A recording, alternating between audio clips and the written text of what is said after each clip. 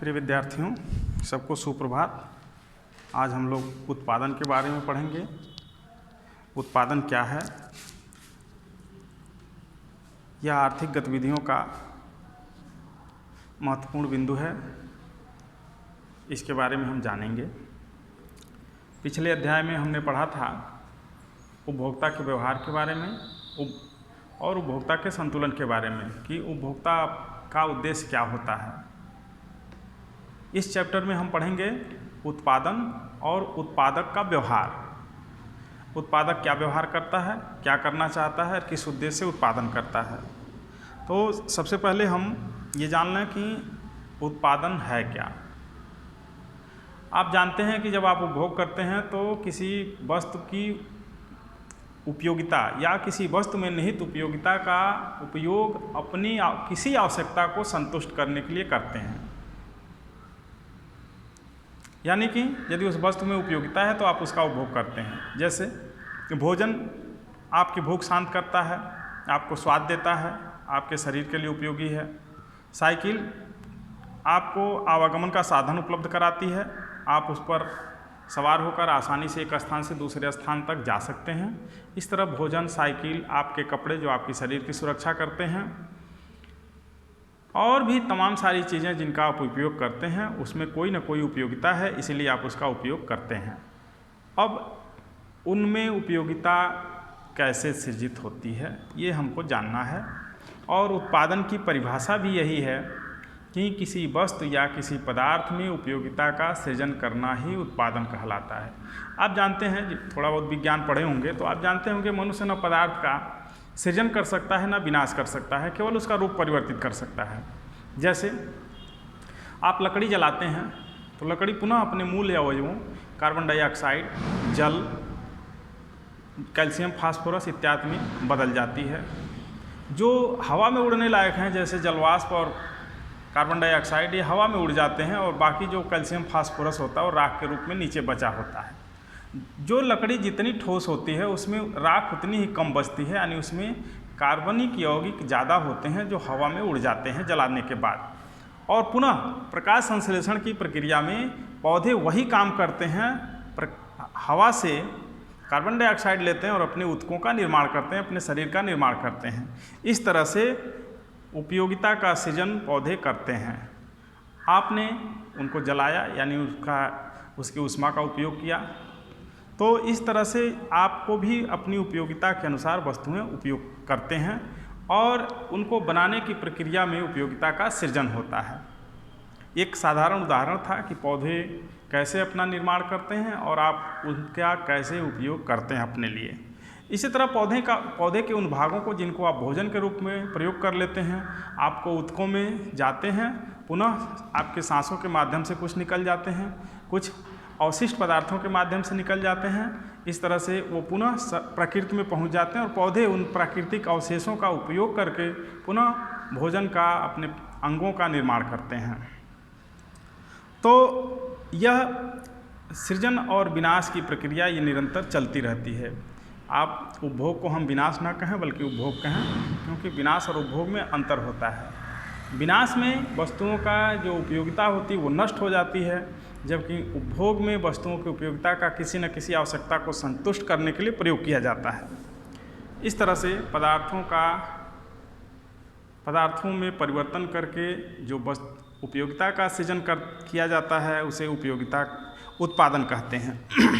उत्पादन प्रक्रिया कई प्रकार की हो सकती है। जैसे अभी हम रूप परिवर्तन द्वारा उत्पादन आपको बता रहे थे। इसके अलावा भी स्थान परिवर्तन द्वारा उत्पादन हो सकता है। जैसे जंगल की लकड़ी है, आप उसे काट छांट के शहर उठा लावें। समुद्र के पास नमक है, उसे साफ सुथरा करके आप शहर उठा लावें। तो केवल स्थान, आप और उसमें कुछ नहीं कर रहे हैं, लेकिन केवल स्थान बदलने मात्र से ही उसमें उपयोगिता का सृजन हो जा रहा है। जंगल में जहाँ लकड़ी का कोई मूल्य नहीं था, आपके द्वारा शहर लाने से ही उसमें वो मूल्यवान हो जाती है। आपके परिवहन व्यय पर किए गए खर्च के अलावा भी आपको कुछ लाभ भी देती है। समय परिवर्तन द्वारा भी उत्पादन होता है। जैसे चावल इसका सबसे बढ़िया उदाहरण है। चावल आप लेते हैं जो नया होता है, नए नए धान से निकला होता है, उसमें उतनी उपयोगिता नहीं होती है या उतना स्वादिष्ट नहीं होता है। लेकिन साल भर उसे रख दें तो वही चावल ज़्यादा उपयोगी हो जाता है, ज़्यादा महंगा बिकने लगता है। ये समय परिवर्तन द्वारा उत्पादन का सबसे बढ़िया उदाहरण है। चौथा उदाहरण आप देख सकते हैं स्वामित्व परिवर्तन द्वारा। स्वामित्व परिवर्तन द्वारा भी उत्पादन होता है।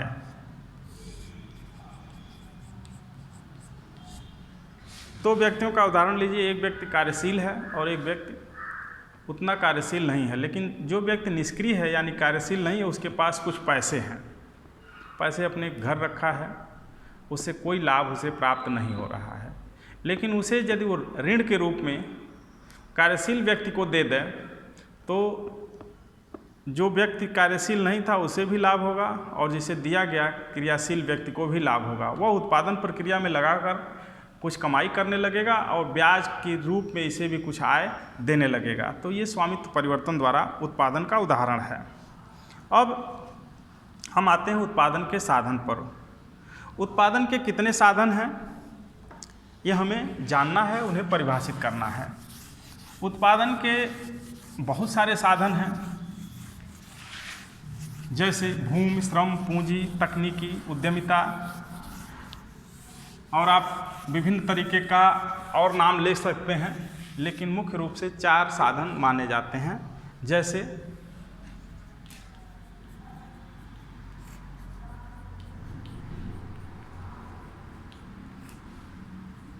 भूमि, श्रम, पूंजी, उद्यमिता और तकनीकी।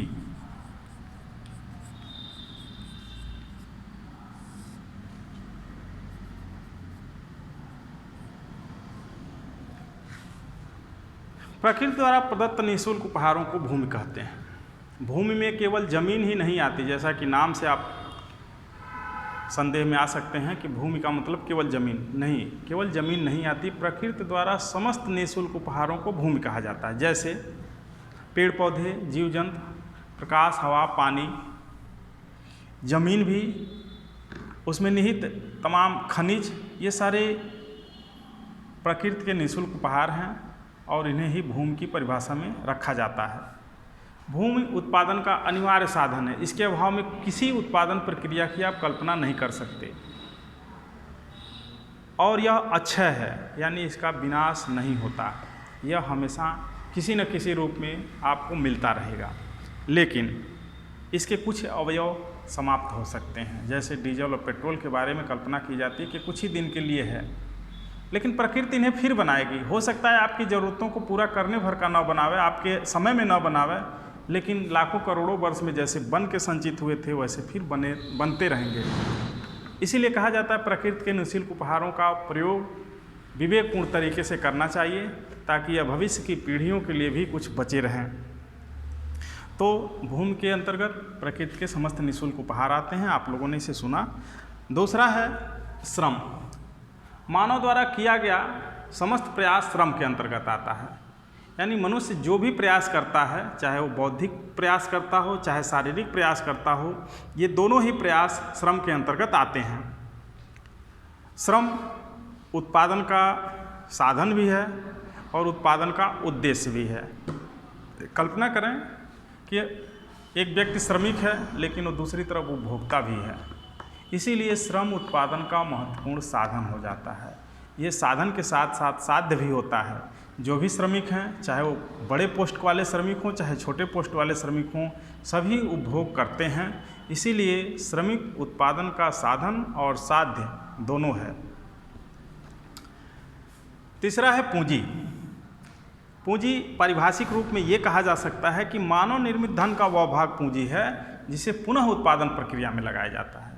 पूंजी के अभाव में कोई उत्पादन नहीं होता, क्योंकि बिना किसी सहायक उपकरण के आप कोई उत्पादन नहीं कर सकते। जब आप प्राकृतिक अवस्था में थे, यानी बिल्कुल आदि मानव, तब भी मनुष्य किसी न किसी प्रकार की पूंजी का इस्तेमाल करता था, भले वो पत्थर का ही बना होता था। पत्थर काटता था, अपने बनाता था उसे, और पुनः उसका उपयोग पेड़ों को काटने, जानवरों को मारने के लिए करता था। तो इस तरह से पूंजी का उपयोग उसने बहुत पहले से ही सीख लिया। पूंजी अब आधुनिक रूप में आप रुपए पैसे कह सकते हैं, या विभिन्न प्रकार के औजारों को कह सकते हैं जिन्हें उत्पादन प्रक्रिया में लगाया जाता है। जैसे एक किसान है, वो हल बैल का इस्तेमाल करता है। हल बैल उसकी पूंजी है। बैल अब यहाँ प्रकृति का निःशुल्क उपहार भूमि में नहीं आएगा, क्योंकि बैल को बनाने में उसका बहुत ज़्यादा श्रम लगा है। आप देखते होंगे गांव में जो बछड़े होते हैं उनको बैल बनाने के लिए कितना किसान को परिश्रम करना पड़ता है। इसलिए अब बैल उसकी पूंजी के अंतर्गत आता है। यदि आप हाथ से काम करने वाला होता है तो खुरपी, हथौड़ा, हांसिया उसकी पूंजी है। कोई कंप्यूटर पर काम करने वाला होता है तो उसका कंप्यूटर उसकी पूंजी है। आप पढ़ते लिखते हैं तो कॉपी कलम आपकी पूंजी है। मैं पढ़ा रहा हूँ तो मेरे लिए चाक, डस्टर, किताबें, मोबाइल, ये सब पूंजी है। तो इस तरह से उत्पादन प्रक्रिया में सहायक हर यंत्र पूंजी होता है। रुपए पैसे को पूंजी क्यों कहा जाता है? वो इसलिए कहा जाता है कि इससे सारे चीज़ों को खरीदा जा सकता है, और इसलिए इन्हें पूंजी कहा जाता है। ये रहेगा तो आप उत्पादन के तमाम साधन खरीदेंगे, यानी कि रुपए पैसे को आप आसानी से पूंजी में परिवर्तित कर लेंगे। इसीलिए बचत को ही सबसे प्रमुखता दी जाती है, ताकि उत्पादन प्रक्रिया में पूंजी निर्माण होता रहे। क्योंकि बचतकर्ता और पूंजी निर्माणकर्ता अलग अलग व्यक्ति होते हैं, इसीलिए बचत करने के लिए संस्थागत संस्थाएं जैसे बैंक, पोस्ट ऑफिस बनाए गए हैं। जो उद्यमिता, चौथा जो उत्पादन साधन है उद्यमिता है। उद्यमिता व्यक्ति का गुण होता है। व्यक्ति का गुण ये सभी व्यक्तियों में नहीं पाया जाता है। उद्यमिता वह गुण है जो व्यक्ति को संगठनात्मक क्षमता देता है।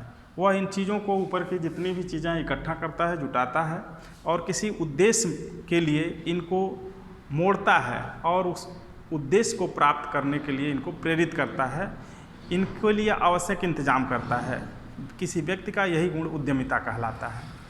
और बिना उद्यमिता के ये सारी चीज़ें संभव नहीं हैं, क्योंकि श्रम भी है, पूंजी भी कहीं पड़ी है, और प्रकृति का निःशुल्क उपहार तो भरपूर मात्रा में है। लेकिन ये उत्पादन में तब तक परिवर्तित नहीं हो सकता जब तक ये एक योग्य उद्यमी ना आ जाए। तकनीकी है वो, ये अंत में पूंजी में समाहित हो जाती है कि पूंजीगत चीज़ों की तकनीकी क्या है, यानी उत्पादन प्रक्रिया किस तकनीकी से संचालित हो रही है। तकनीकी को आप सरल भाषा में कह सकते हैं कि एक तकनीकी हो सकती है जिसे श्रम प्रधान तकनीकी कहते हैं, दूसरी तकनीकी हो सकती है जिसे पूंजी प्रधान तकनीकी कह सकते हैं। उदाहरण के लिए हम खेतीबाड़ी का उदाहरण लेते हैं। खेतीबाड़ी में आप हल बैल से खेती कर सकते हैं, जिसमें आप कल्पना करिए कि वहाँ श्रम की प्रधानता ज़्यादा है। श्रम की प्रधानता ज़्यादा इसलिए है, किसान को पूरे खेत में अपने हल बैल के पीछे चलना पड़ेगा, यानी उसे बहुत ज़्यादा श्रम करना पड़ेगा। दूसरा उदाहरण ले सकते हैं ट्रैक्टर। ट्रैक्टर में अब किसान को ट्रैक्टर पर बैठ के चलना है तो थोड़ा आराम मिला और खेत भी जल्दी जुत जाएगा, यानी यहाँ ट्रैक्टर की थोड़ी प्रधानता हो गई।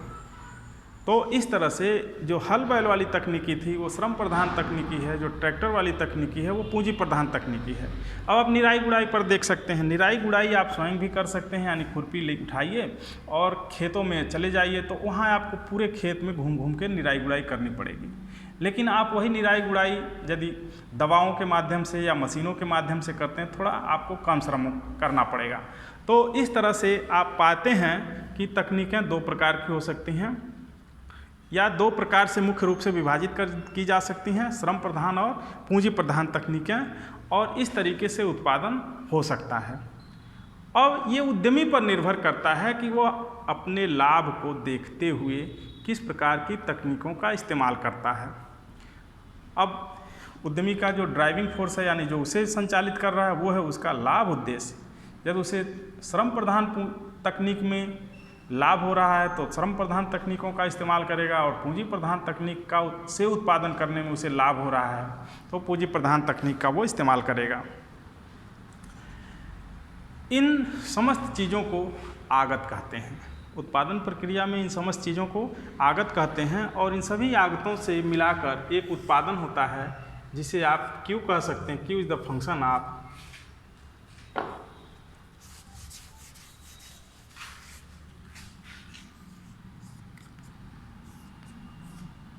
भूमि